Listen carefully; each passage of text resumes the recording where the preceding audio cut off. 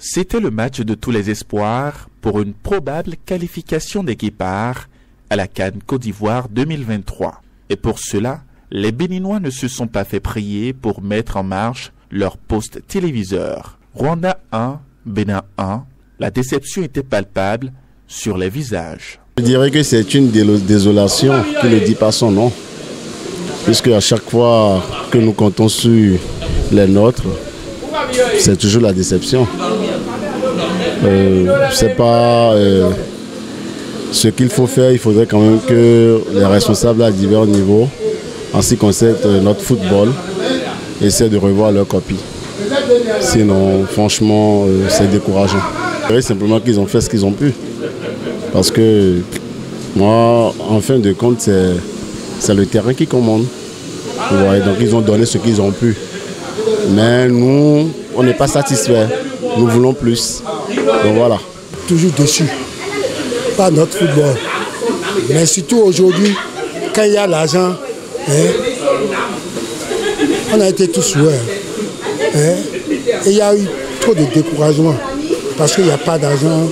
Les gens quittent l'entraînement, viennent à la maison, ne trouvent pas ce qu'ils vont manger. Mais aujourd'hui, on fout nos millions pour les déchets. Pour les déchets.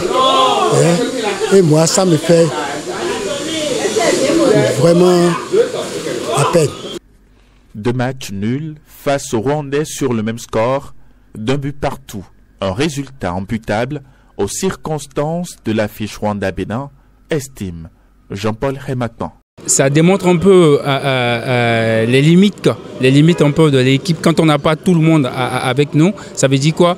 Le départ de AD aussi de Cessi, d'Almeida Cessi qui n'a pas joué la manche aller et qui était annoncé comme un grand renfort en milieu du terrain, parce que le Bénin sur les 2 matchs, quand vous regardez, vous allez voir qu'en milieu du terrain, on n'a pas été bon. Il faut avoir le courage de le dire. On jouait à domicile, c'était dans notre schéma, mais à l'extérieur, il fallait gérer le côté défensif et le côté offensif. Mais en milieu de terrain, le Bénin a souffert ce mercredi. Ça, il faut avoir le courage de le dire. Et là, je peux déjà dire que l'absence de Cessi a beaucoup pesé. Maintenant, le Ghana a profité de ces 2 matchs pour lancer deux jeunes béninois. On ne peut pas dire 3. Sankamao également est rentré. Il a fait ce qu'il devait faire pour une première sélection en équipe Fagnon. Mais en milieu de terrain, Imoran et Dodo, je crois qu'ils prendront du temps, revoir ces 2 matchs qu'ils ont joués et ils vont essayer de se dire à eux-mêmes, il nous manque ça, on doit travailler tel domaine, si c'est la relance, la rapidité dans le jeu, l'orientation du jeu et le bon placement pour pouvoir défendre. Parce que vous avez vu, ils ont commis des fautes qu'ils ne devaient pas commettre, c'est normal, ça se comprend. C'est rien que leur deuxième sélection. Maintenant, du côté de Rob, c'est difficile pour lui. Il est arrivé à peine, il a eu un match la dernière fois, et c'était à domicile, il a bien démarré. Mais aujourd'hui, l'équipe n'a pas joué.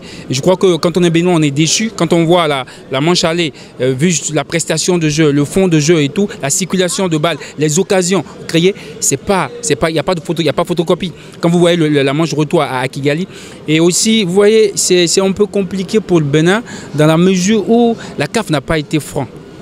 La CAF n'a pas joué franc jeu. Ce qui nous arrive, ce match à score de parité 1, quelque part, on peut le dire déjà. Et comme Guénor l'a dit depuis 2010, il n'a jamais connu une pareille situation depuis qu'il est en Afrique.